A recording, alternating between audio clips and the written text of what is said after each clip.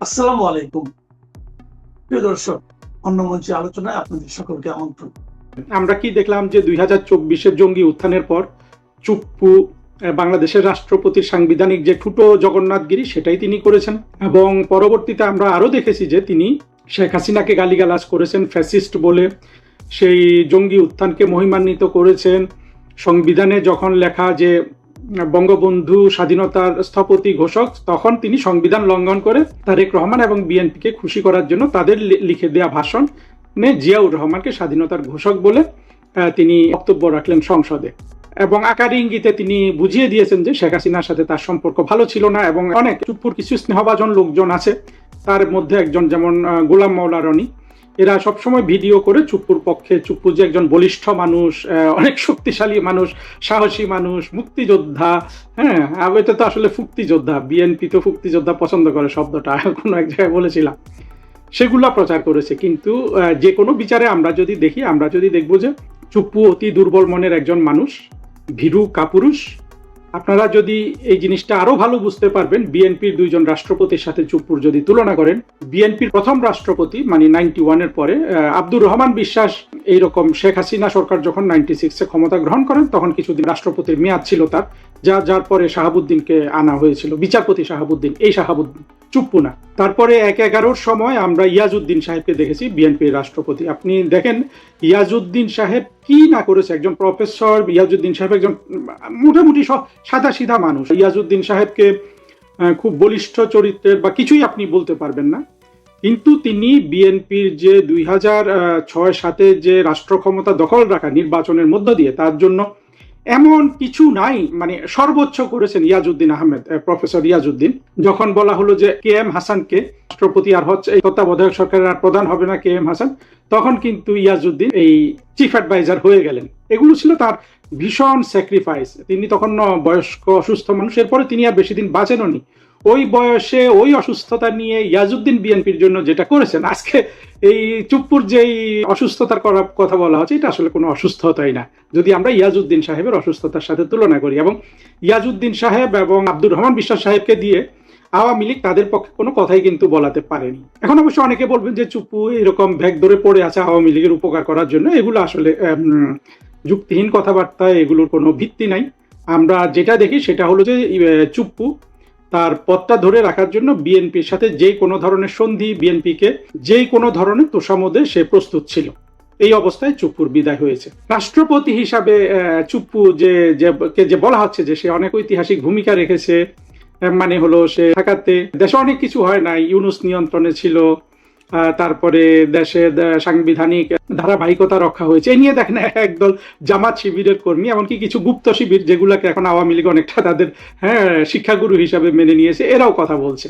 কিন্তু বাস্তবতাটা কিন্তু তা না। বাস্তবতা হলো, ধরুন চুপ্পুকে মেরে ফেললো এই ওয়াকাররা, ধরে নিলাম, বা ওয়াকার মারেনি, ধরেন সন্ত্রাসীরা মেরে ফেলতো এই 2024-এর জঙ্গি উত্থানকালে সার্জিস হাসনাতা ধরেন চুপ্পুকে মেরে ফেলেছে, এই অবস্থাটা কল্পনা করেন। চুপ্পুকে যদি তখন মেরে ফেলতো, শেখ হাসিনাকে যেভাবে মেরে ফেলার চেষ্টা করা, মানে মেরে ফেলার প্ল্যান ছিল, একই প্ল্যান যদি চুপ্পুর জন্য থাকতো, চুপ্পুকে তো মেরে ফেলা যেত। আজকে বাংলাদেশ যে অবস্থায় দাঁড়িয়েছে, যে ইউনুস 2 বছর ক্ষমতায় ছিল, পরে নির্বাচন হয়েছে, তারেক রহমান প্রধানমন্ত্রী হয়েছেন, চুপ্পুকে ওই দিন মেরে ফেললেও এই ঘটনাটাই ঘটতো বাংলাদেশে, এর বাইরে কোনো কিছু ঘটার কোনো সুযোগ ছিল না। চুপ্পুকে মেরে ফেললে বা চুপ্পু মরে গেলে তারা ক খ গ একজনকে রাষ্ট্রপতি ঘোষণা দিত, সে রাষ্ট্রপতি এই কাজগুলাই করতো। ধরেন মাহমুদুর রহমানকে ঘোষণা দিলে কি জামাত ক্ষমতা পেয়ে যেত? ভেরি আনলাইকলি, কারণ এখানে জনসমর্থন ছিল বিএনপির ততটা সক্ষমতা ছিল যে যেই পথে আজকে তারেক রহমান সাহেব প্রধানমন্ত্রী হয়েছেন, এই জিনিসটা বাস্তবায়ন করার একটু কষ্ট, একটু সহজ এটা হতে পারতো।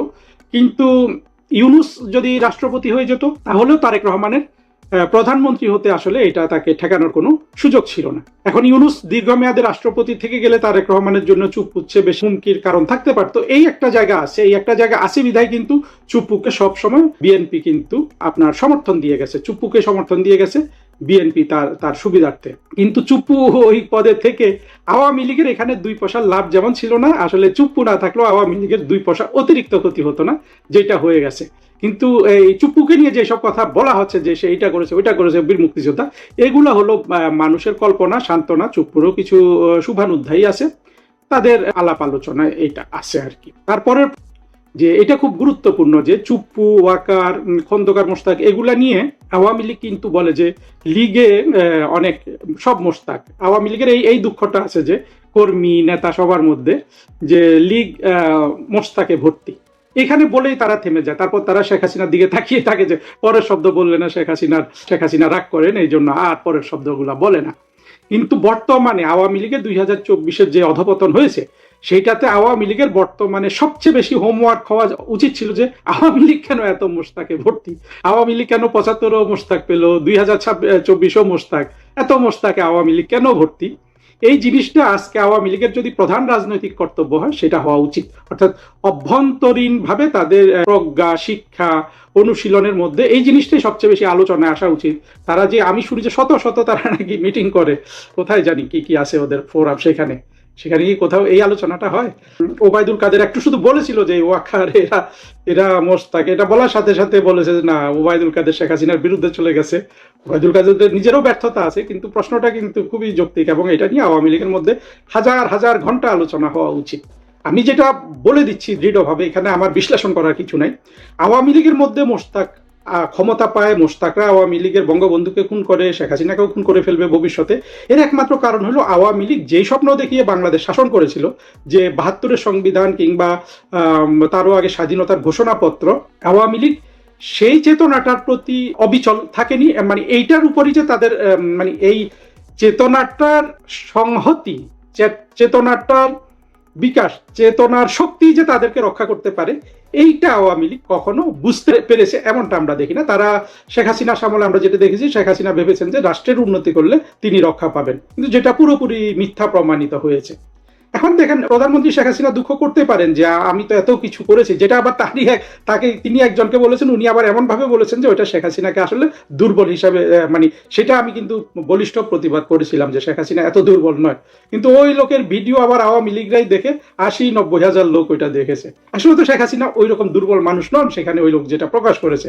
কিন্তু আওয়ামী লীগের মধ্যে শিক্ষা দীক্ষা এতটাই কম যে তারা বুঝতে পারে না যে কোন জিনিসগুলো তাদের শোনা উচিত, প্রচার করা উচিত। এই যে এখন যে আজকে যখন আমি এই বক্তব্যটা রাখছি, আমি দেখছি যে আওয়ামী লীগের মধ্যেই একটা গুপ্ত শিবির ঢুকে তাদের চিন্তাকে এখন সে রীতিমতো শুধু ফেসবুকে লেখে। সে আজকেও বড় একটা এই রাষ্ট্রপতিকে নিয়েই একটা পোস্ট দিয়ে দিয়েছে, রাষ্ট্রপতি ত্যান করেছে, এবং আওয়ামী লীগের লোকজন কিন্তু ওই লোকটার দ্বারা এখন শিক্ষিত হচ্ছে। অর্থাৎ ইতিমধ্যে গুপ্ত শিবির, গুপ্ত জামাত, পাকিস্তানপন্থীরা আওয়ামী লীগকে শিক্ষিত করা শুরু করেছে। আর আমরা যারা সত্যিকারের আওয়ামী লীগের বন্ধু, আমরা কিন্তু আওয়ামী লীগকে কোনোভাবেই শিক্ষিত করতে পারছি না।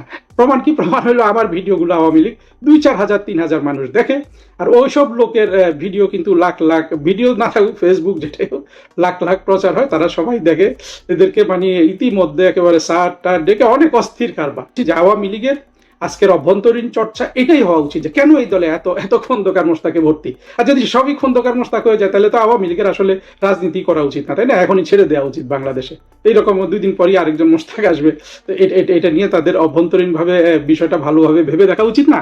আমরা কিন্তু সেটা দেখি না। আমরা শুনি যে হাজার হাজার তারা মিটিং করে। হ্যাঁ, মিটিং ওগুলো জননেত্রী শেখ হাসিনা কর্মীদের সাথে যে মিটিংগুলো করেন অত্যন্ত গুরুত্বপূর্ণ, কিন্তু এর বাইরে যে শত শত মিটিং এর কথা শুনি, সেখানে কি একবারও এই পর্যন্ত আলোচনা হয়েছে যে, আর এই যেই লোকগুলো আলোচনা করে তাদের কি এই যোগ্যতা আছে যে খন্দকার মোশতাক দলে ভবিষ্যতে হবে না, এই পথটা রুদ্ধ করার জন্য কি ধরনের চিন্তা তৈরি করা দরকার, কি ধরনের সিদ্ধান্ত বাস্তবায়ন করা দরকার, সেই যোগ্যতা কতজনের আছে, সেটাও কিন্তু যারা বুঝছেন আমার কথাটা তারা সহজেই বুঝতে পারেন। আরেকটা প্রশ্ন করি, এটার উত্তর খুব বেশি দিব না। 5 আগস্ট 2024 থেকে চুপ্পু রাষ্ট্রপতি থাকাতে কার লাভ কার ক্ষতি হলো? লাভ হয়েছে সরাসরি বিএনপি দেখেছে যে চুপ্পু রাষ্ট্রপতি থাকলে তাদের অনেকগুলো কাজ সহজে হবে। তাদের যে সেখানে ইউনুস বা অন্য কেউ থাকলে একটু জটিল হতে পারে, কিন্তু চুপ্পু থাকলে ভয়ে থাকবে, যা বলবে ধমক দিয়ে তাই করবে। চুপ্পু তাই করিয়ে দিয়েছে। সুতরাং চুপ্পু এতদিন রাষ্ট্রপতি থাকাতে 2024-এর পর সেটা পুরোপুরি চুপ্পুর লাভ। এখানে আসলে বিএনপির লাভ এবং চুপ্পুর লাভ।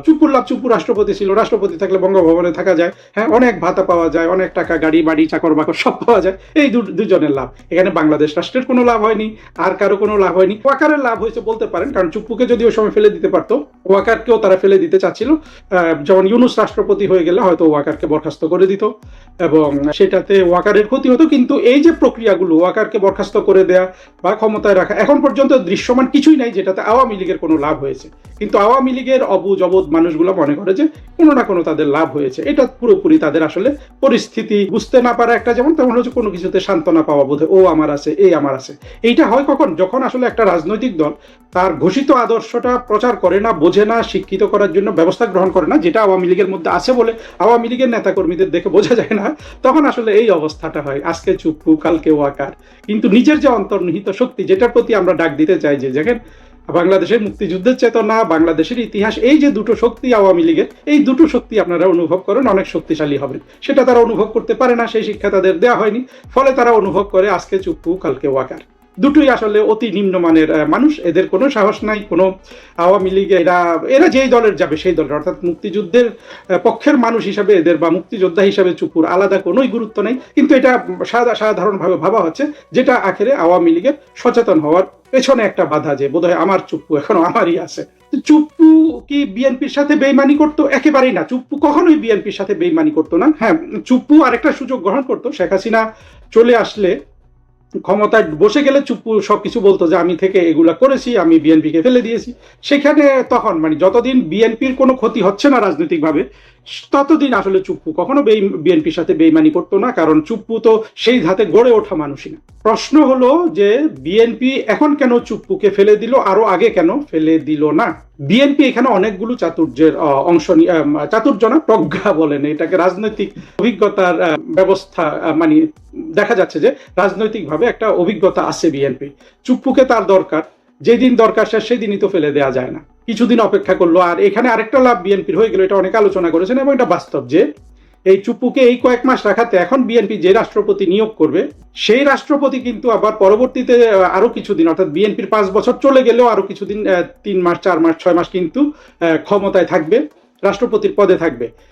সেরকম একটা সময় বিএনপি তো এখন, আমরাও জানি না বিএনপি কি ধরনের ইলেকশনের ব্যবস্থা করবে ভবিষ্যতে। ওই রকম অবস্থায় নিজের নিজস্ব বিশ্বস্ত লোক থাকলে যে অনেক উপকার হয়, এটা বিএনপি দেখেছে আব্দুর রহমান বিশ্বাসকে দিয়ে। কারণ আব্দুর রহমান বিশ্বাস ওই যে নাসিম, সেনা প্রধান নাসিমের কুঠে গিয়ে দিয়েছিল খুব সে একেবারে সাফল্যের সাথে।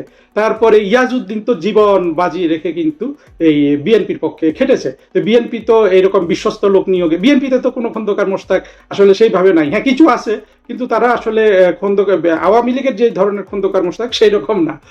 যেমন সেইভাবে বললে তো এই যে এখন যে হাফিজউদ্দিন স্পিকার, সেও কিন্তু বিএনপির খন্দকার মোশতাক। এরা কিন্তু বিএনপি ছেড়ে বের হয়ে গিয়েছিল ওই 1-11 চলাকালীন। সেই আলোচনা আমি যাচ্ছি না, এখানে আওয়ামী লীগ এবং চুপ্পু কেন্দ্রিক। চুপ্পুকে ফেলে না দিয়ে বিএনপি এখন যে লাভটা পেল, যে আসবে সে বিএনপির 5 বছর শেষ হয়ে গেল, আর 5-6 মাস ক্ষমতায় থাকবে। এই 5-6 মাসে নতুন কোন সরকার হবে, কি হবে, এগুলো যদি আব্দুর রহমান বিশ্বাস এবং ইয়াজউদ্দিন বিএনপির দুর্দিনে যেরকম কাজে লেগেছিল, অর্থাৎ বিএনপির ওই দিনগুলোতে আব্দুর রহমান বিশ্বাস জেনারেল নাসিমের কু ব্যর্থ করে দিয়ে, কিংবা ইয়াজউদ্দিন ইলেকশনকে ম্যানিপুলেশনে বিএনপির সাথে সম্পূর্ণরূপে মানে একজোট হয়ে কাজ করে যে উপকার করতে চেয়েছিল বিএনপির, এখন তারা সেই সুযোগটা গ্রহণ করতে পারবে। তবে এইখানে যে চুপ্পুকে ফেলে দেওয়ার আগে যে কাহিনী বলা হলো, যে চুপ্পু বিলাতে গিয়ে শেখ হাসিনার সাথে কথা বলেছেন, এই জন্য ফেলে দিয়েছে, এটা কিন্তু কোনো প্রমাণ নাই। আর চুপ্পু এরকম কিছু করেছে কিনা সেটা হলে বিএনপির উচিত ছিল সেটা প্রকাশ করা, এখনো কিছু প্রকাশ হয় নাই। আর এই যুগে তো অনেক কিছু আপনার এআই দিয়েই অনেক কিছু বানানো যায়, সেগুলা বানিয়ে ভবিষ্যতে প্রচার করবে না সত্য আমরা কিন্তু জানি না, কিন্তু সত্যটা বিএনপির প্রকাশ করা উচিত। এই সত্য প্রকাশ করলেও কিন্তু বিএনপি হয়তো করবে না, এই জন্য যে যদি শাহাবুদ্দিন চুপ্পু শেখ হাসিনার সাথে কথা বলে থাকেন, তর্কের খাতিরে ধরছি, এটাও কিন্তু বিএনপির জন্য ভয়াবহ একটা অবস্থা, যে তাহলে এরকম আরো কতজন শেখ হাসিনার সাথে কথা বলতেছে, তাই না? এই রাষ্ট্র তো শেখ হাসিনা 16 বছর শাসন করেছেন, সুতরাং শুধু চুপ্পুই যে কথা বলবে এমন তো না, অনেকেই তো কথা বলতে পারেন। এইটা কিন্তু যদি বলে থাকে, এটা বিএনপির জন্য একটা বড় ধরনের ভয়ের খবর। কিন্তু এত তাড়াহুড়া করে 2 দিনের মাথায় তাকে ফেলে দেয়া, এবং স্পিকার নাকি বিদেশে ছিল, সে নাকি দৌড়ে বিদেশ থেকে চলে এসছে, এইটা দৃষ্টিকটু হয়েছে। এইটা আবার বিএনপির একটা বৈশিষ্ট্য, বিএনপি কিন্তু 2টি রাষ্ট্রপতিকে এইরকম করেছে, একজন বদরুদ্দোজা চৌধুরী তাদেরই রাষ্ট্রপতি, আর একজন এই শাহাবুদ্দিন চুপ্পু। এইটা আবার বিএনপির যে চিরাচরিত যে সন্ত্রাসী কায়দা, সেটার একটা বহিঃপ্রকাশ। এইভাবে চুপ্পুকে ফেলে দেওয়ার কোনো দরকার ছিল না, এটা নিয়ে একটু পরে আর একটু আলোচনা করব। আরেকটা জিনিস হলো যে চুপ্পুকে কি বিএনপি জেলে নিবে, বিদেশ চলে যেতে দিবে, কি করবে? আমার মনে হয় জঙ্গিরা মোটামুটি যেই পরামর্শ দিচ্ছে তারেক রহমানকে, সেটাই তার জন্য ভালো হবে করা। চুপ্পুকে সে হয়তো বিদেশে যেতে দিবে না, আবার চুপ্পুকে জেলেও নেবে না। জেলে নিলে তো আরেকটা ফ্রন্ট খুললো। বিএনপি তো এমনিতে অনেক ফ্রন্টে এখন সমস্যা জর্জরিত, ফলে আমার মনে হয় না চুপ্পুকে তারা জেল টেল দিবে। তবে বিদেশে দিতে গেলে চুপ্পু কি করে না করে, আমি যদিও মনে করি যে আওয়ামী লীগের যেসব নেতা অনেক টাকার কুমির হয়ে বিদেশে চলে গিয়ে কিছুই করতে পারছে না, চুপ্পুও নানানভাবে ওইভাবে ধরা থাকবে। চুপ্পুরও আসলে কিছু তেমন করার থাকবে না। চুপ্পুর যেটা সত্যিকারের সময় ছিল করার, জীবন বাজি রেখে শেখ হাসিনার জন্য কিছু করার, সেটা ছিল 24শে আগস্টের জঙ্গি উত্থানের পর। সেই সময় তো আমরা চুপ্পুকে দেখলাম যে থরথর করে কাঁপছে ভয়। হ্যাঁ, এত সাহসী মানুষ। ওই সময় আসলে মানুষের চরিত্র প্রকাশ পায়। কিছু করতে না পারলেও চুপ্পুর তখন পদত্যাগ করা উচিত ছিল। পদত্যাগ করলে রাষ্ট্র জঙ্গিরা নিয়ে নিত, আফগানিস্তান হয়ে যেত। এগুলো অত্যন্ত ভুয়া জিনিস। বাংলাদেশ এমনিও আফগানিস্তান হয়ে গেছে, এর চেয়ে বেশি কিছু হতো না। এবং আজকে তারেক রহমানই ক্ষমতায় থাকতো, হয়তো এটা একটু ইন্টারনালি একটু মোর কেওটিক হতে পারতো, কিন্তু আসলে এর বেশি কিছু হতো না। কিন্তু চুপ্পু কেন পদত্যাগ করলো না? চুপ্পু কেন কোনো সাহসী ভূমিকা নিল না? চুপ্পু কেন বিএনপির সাথে একীভূত হয়ে গেল? এই আলোচনাটা আমাদের অত্যন্ত জরুরি, সেটা একটু করি। দেখেন, মূল জিনিসটা আমি মনে করি টাকার কুমির হওয়া। চুপ্পুর যদি ইচ্ছাও থাকে শেখ হাসিনার জন্য কিছু করা, শেখ রেহানার জন্য কিছু করা, এটা সে টাকার জন্য করবে না। কারণ সে যেহেতু দুর্নীতিবাজ, সে যেহেতু অর্থের মালিক হয়েছে, তার চিন্তা হলো যে এই অর্থ আর কিছু না হোক, এই দুর্নীতির জিনিস বের করেই তাকে তারা জেলে নিতে পারে। এই ভয়ে কিন্তু চুপ্পু মূলত এই তারেক রহমানের সাথে একীভূত হয়ে গেছে। মূল জিনিসটা কেউ আলোচনা করছে, সেটা হলো চুপ্পুর অর্থ সম্পদ দুর্নীতির মাধ্যমে অর্জিত টাকা নিয়ে কেউ যাতে প্রশ্ন না তোলে, সেই চেষ্টাটা চুপ্পু করে গেছে, এখনো সে এটাই করে যাবে। এর বাইরে চুপ্পুর আর কোনো একটা কিছু করার নাই। এখানে প্রধানমন্ত্রী শেখ হাসিনা এই যে এইরকম ব্যক্তি দুর্নীতিতে আকণ্ঠ নিমজ্জিত, এদেরকে দিয়ে উনি যদি আশা করেন যে ভালো কিছু পাবেন দুঃসময়ে, সেটা আসলে পাবেন না। কিন্তু পান নাই, এটাই প্রমাণিত হয়েছে। আর এটাই বলে যে তাহলে বিএনপির কি করা উচিত ছিল? চুপ্পুকে অবসরের মানে চুপ্পুর পদে এইভাবে খালি না করে কি করা উচিত ছিল? বিএনপি যদি একটা প্রজ্ঞাবান রাজনৈতিক দল হতো, তাহলে তারা চুপ্পুকে সাংবিধানিক পথে যেটা অভিশংসন আছে সেটা করতো। এটা করতে তো বিএনপির কোনোই সমস্যা নেই। বিএনপির এটা তো জামাত, বিএনপি, এনসিপি 300, ওদের 350 এমপি আছে এখন, সবাই কিন্তু এটাতে ভোট দিত। সেটাতে করলে বিএনপিকে বলা হতো যে তারেক রহমান রাজনৈতিকভাবে একটু পরিপক্ক হয়েছেন। এখন যেটা হয়েছে এটা পুরোটাই মাস্তানি।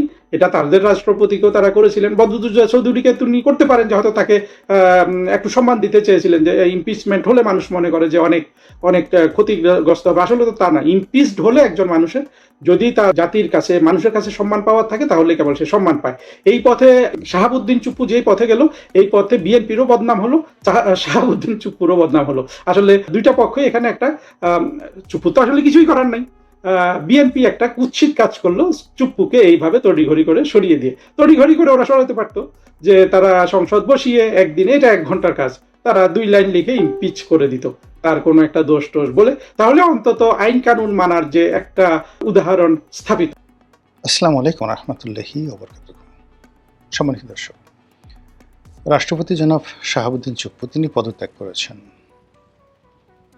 বিধি মোতাবেক পদত্যাগ পত্র জমা দিয়ে তিনি বঙ্গভবন ছেড়ে দিয়েছেন বা দিবেন। আজকের এই ভিডিওটা আমি করছি সন্ধ্যার পর শুক্রবারে। যতটুকু আমি খবরে দেখেছি সেটা হলো গুলশানের একটি বাসাতে তিনি থাকবেন, এবং এই সময়টিতে রাষ্ট্রীয় প্রোটোকল অনুযায়ী তার যে অবসরকালীন ভাতা এবং তার যে ব্যক্তিগত স্টাফ, পিএস, এপিএস, এগুলো তিনি পাবেন। সরকারি সেবা পরিষেবা পাবেন একটা নির্দিষ্ট সময় পর্যন্ত। এটি হলো কথার কথা।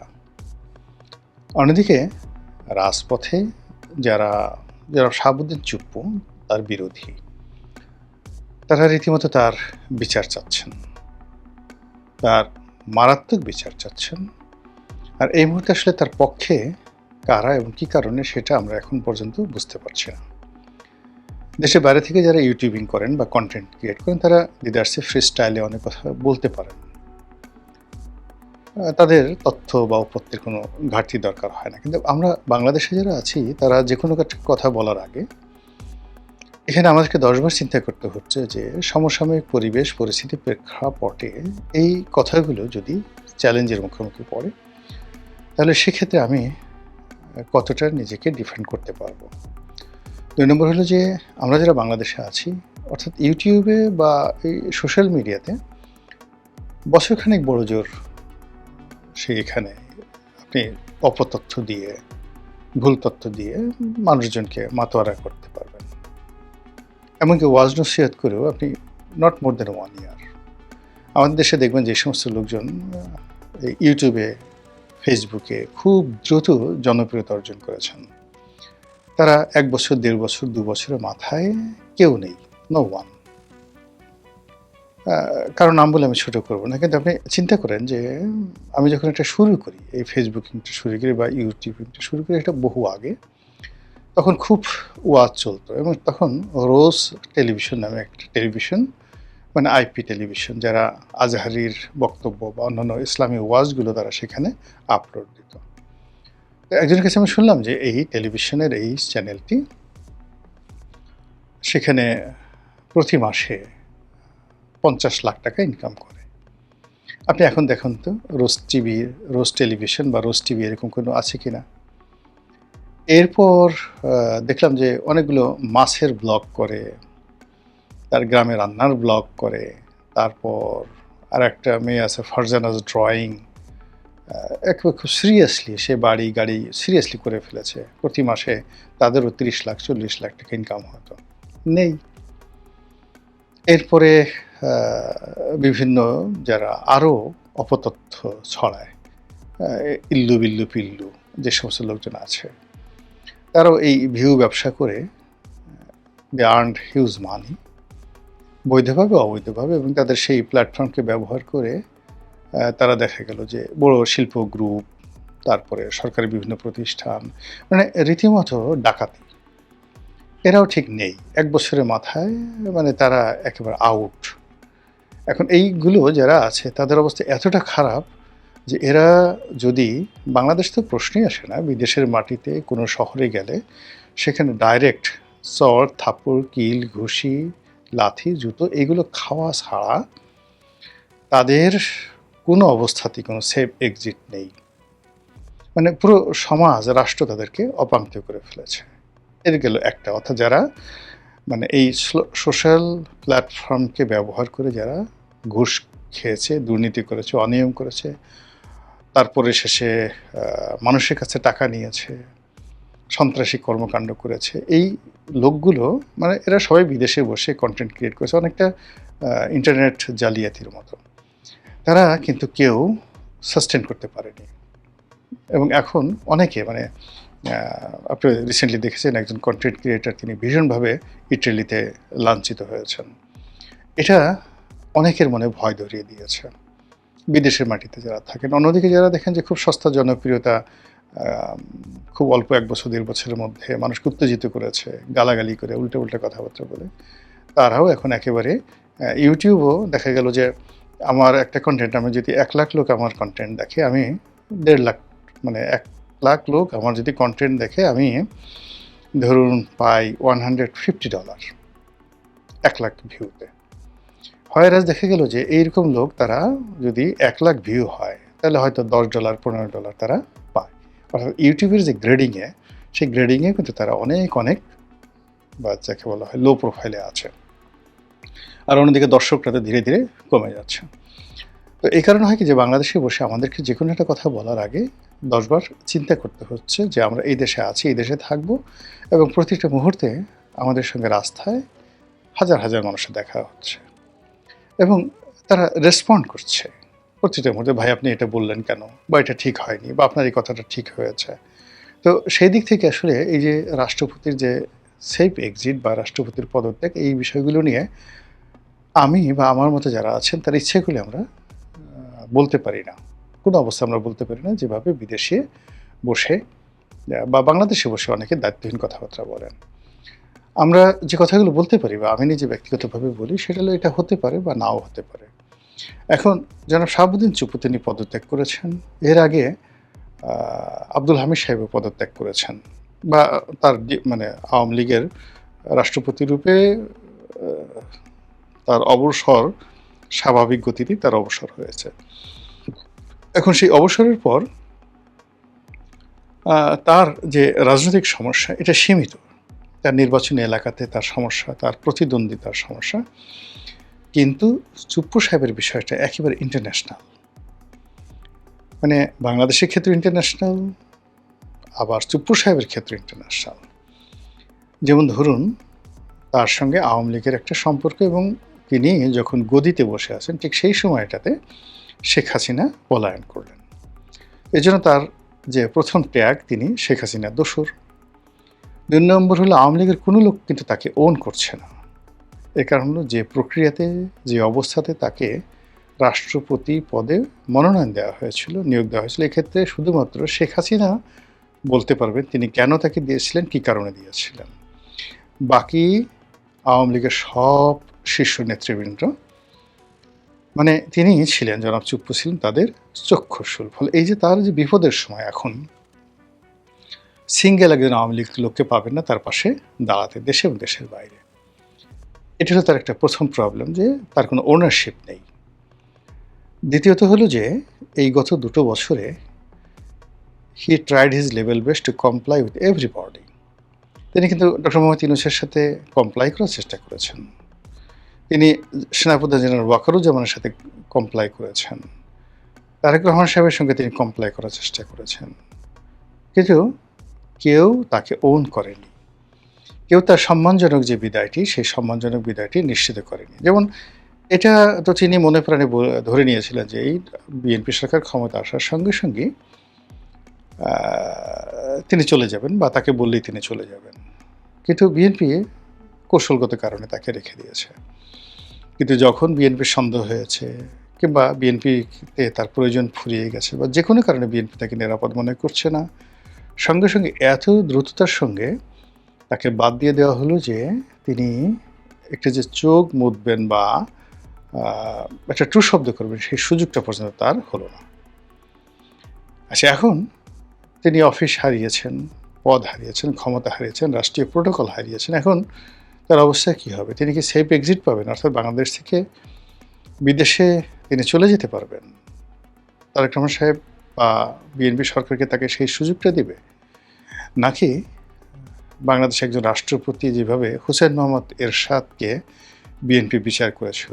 বিএনপি কিন্তু মানে একটা দারুণ ইতিহাস আছে। মানে বিএনপি সবসময় এটাতে রাষ্ট্রপতিদেরকে বিচার করার নিদারুণ তার ইতিহাস আছে।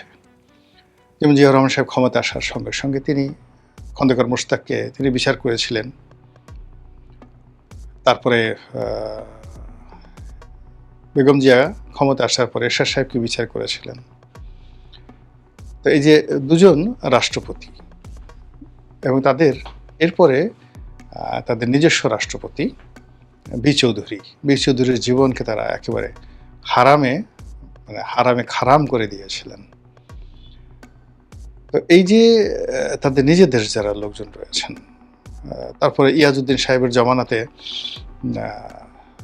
যখন 1/11 হয়ে গেল, তারা ইয়াজউদ্দিন সাহেবকেও আর কখনো ওন করেননি। তো সেই দিক থেকে এরশাদ সাহেবের বিচার করা, খন্দকার মোশতাককে বিচার করা, বি চৌধুরীকে বিচার করা, এই জিনিসগুলো অর্থাৎ সরাসরি তারা ছোটোখাটো কোনো রুই কাতলা ধরেননি, একেবারে ডাইরেক্ট নীল তিমি, অর্থাৎ বাংলাদেশের প্রেক্ষাপটে রাষ্ট্রপতিদেরকে জেলে নেওয়া, জেলের মধ্যে সেখানে পায়খানা পেশাব যেন ঠিকমতো করতে না পারে এই জন্য সেখানে সিসি ক্যামেরা বসিয়ে দেওয়া। এরপরে রাষ্ট্রপতি তার 70-80 বছর বয়সে সে যেন রেল লাইন দিয়ে জোরে জোরে দৌড়াতে পারে। তারপরে শেষে রাষ্ট্রপতি বাসায় বসে আছে, তার ঘরের মধ্যে আগুন ধরিয়ে দেওয়া যেতে পারে। তারপরে কার্পেটে আগুন ধরিয়ে দেওয়া গেল, এবং হাফ প্যান্ট পরে রাষ্ট্রপতি সে সাংবাদিকদেরকে ডাকছে। এই বিশুদ্ধের এই ঘটনাগুলো আমরা বাড়িধারা বাসায় দেখেছি, এই ঘটনাগুলো। তো সেক্ষেত্রে জনাব চুপ্পু সাহেবের বিরুদ্ধে যদি বিএনপি অ্যাকশন নেয়, তাকে যদি অ্যারেস্ট করে, তাকে যদি বিচার করে, এটা আশ্চর্য হওয়ার কিছু নাই। এর কারণ হলো এই কাজগুলো তারা ইতিপূর্বে করেছেন। তো সেই দিক থেকে চুপ্পু সাহেবের বিরুদ্ধে তার তো শত্রুর অভাব নাই। তার প্রথম শত্রু হলো জামাত এবং এনসিপি, এবং এটার অর্থনৈতিক কারণ আছে, সামাজিক কারণ আছে। প্রথম কারণটা হলো যে জামাতের সাথে এস আলমের একটা দাকুমার সম্পর্ক, আর তিনি এস আলমের অত্যন্ত ঘনিষ্ঠজন ব্যক্তি ছিলেন, এটা সবাই বলা বলি করেন। আর এস আলম এখানে বিএনপি সরকারের অনেকের উপর প্রভাব বিস্তার করে। এটা জামাতের একেবারে চক্ষুশূল। জনাব চুপ্পু ইসলামী ব্যাংকের দায়িত্ব পালন করেছেন, কাজে ওই সময়টাতে তার ভুলভ্রান্তি হতে পারে, তার কোনো কাজে ত্রুটি থাকতে পারে। এই জন্য জামাত সবসময়ই এই ইসলামী ব্যাংক এবং এস আলম রিলেশনের কারণে জনাব চুপ্পুকে রীতিমতো দৌড়ের উপর রাখবে। আর এই যে তাকে ওন করা বা তাকে প্রোটেক্ট করতে গিয়ে যে ঝামেলাটা বিএনপির হবে, সেই ঝামেলা নেওয়ার মতো অবস্থা এখন বিএনপির নাই। ফলে তাকে যদি আইনের হাতে তুলে দেওয়া হয়, বিচারের হাতে তুলে দেওয়া হয় এবং তার বিনিময়ে যদি আপাত দৃষ্টিতে জামাতের বা এনসিপির যে মুখ এগুলো বন্ধ করা যায়, তাহলে বিএনপি যে কাজ করবে না সে কথা কিন্তু বলা যাচ্ছে না। ফলে কি হলো, এই জুলাই মাসে যারা শাহাবুদ্দিন চুপ্পুর বিদায় এবং অনেকটা নাটকীয়ভাবে, অনেকটা অ্যাডভান্সারাস ওয়েতে যেভাবে তিনি ক্ষমতা হারালেন, যেভাবে তিনি পদ পদবি হারালেন, ফলে তার যে পরবর্তী কোর্স অফ অ্যাকশন, সেই কোর্স অফ অ্যাকশনে সেফ এক্সিটের বিষয়টি 1%ও আশা করা যায় না। আর তিনি আব্দুল হামিদের মতো অন্যান্য লোকের মতো নিরাপদে থাকবেন তাও বলা যাচ্ছে না। আবার তার বিরুদ্ধে যদি আইনি ব্যবস্থা হয়, তাহলে আইনি ব্যবস্থা হলেও বাংলাদেশের রাজনীতিতে তোলপাড় করা ঘটনা ঘটে যাবে। এর কারণ হলো তিনি যেই মুহূর্তে আইনের জিম্মায় চলে যাবেন, he will be well protected, এবং সেখানে বসে তার যে কোর্টেই বিচার হোক না কেন, তিনি যে ইস্যুগুলো তৈরি করেছেন গত 2 বছরে, তার কাছে যে ডকুমেন্টগুলো আছে এবং এখানে যে সাংবিধানিক শূন্যতা থেকে শুরু করে শেখ হাসিনার পদত্যাগপত্র, ইউনূস সাহেবের যাকে বলা হয় ক্ষমতা গ্রহণ, তারপরে তারেক রহমান সাহেবের দেশে আসা, ইলেকশন হওয়া, এই সময়টিতে সেনাপ্রধানের সাথে তার সম্পর্ক, ক্যান্টনমেন্টের সাথে তার সম্পর্ক, 3 বাহিনীর সাথে তার সম্পর্ক, সব মিলিয়ে মানে নানা রকম যাকে বলা হয় অশনি সংকেতের যে তালাচাবি, সেই তালাচাবি এই জনাব শাহাবুদ্দিন চুপ্পু সাহেবের কাছে আছে। ফলে রাগ দেখাতে পারেন, ক্রোধ দেখাতে পারেন, কিন্তু সেগুলো বাস্তবায়ন করতে গেলে তার যে অব্যবহিত পরিণতি কি হবে, এটা নিঃসন্দেহে বিএনপি যারা কর্তা ব্যক্তি আছেন তারা খুব ভালো করে বোঝেন। তবু রাজনীতিতে শেষ বলে কথা নাই, এখানে অনেক কিছু জানার সত্ত্বেও অনেক ঘটনা ঘটে। নিয়তি এমন একটা জিনিস যেটা দেবতারাও কখনো নিয়ন্ত্রণ করতে পারে না। যেই গ্রিক পৌরাণিক কাহিনী কিংবা ভারতীয় কাহিনী, মানে যতগুলো আপনার পুরাণের কাহিনী রয়েছে, সেখানে দেখা গেছে যে অনেক বিষয় দেবতারা অনেক কিছু চেয়েছেন, দেবীরা অনেক কিছু চেয়েছে, কিন্তু এই পৃথিবীতে সেভাবে সব ঘটনা ঘটেনি। এই পৃথিবীর একটা নিয়তি আছে এবং সেই নিয়তি অনুযায়ী এখন অনেক কিছু ঘটছে এবং আগামীতেও এই ঘটনাগুলো ঘটতে থাকবে। মহান আল্লাহ আমাদের সবাইকে হিদায়াত দান করুন এবং হেফাজত করুন। আসসালামু আলাইকুম ওয়া রাহমাতুল্লাহি ওয়া বারাকাতুহু।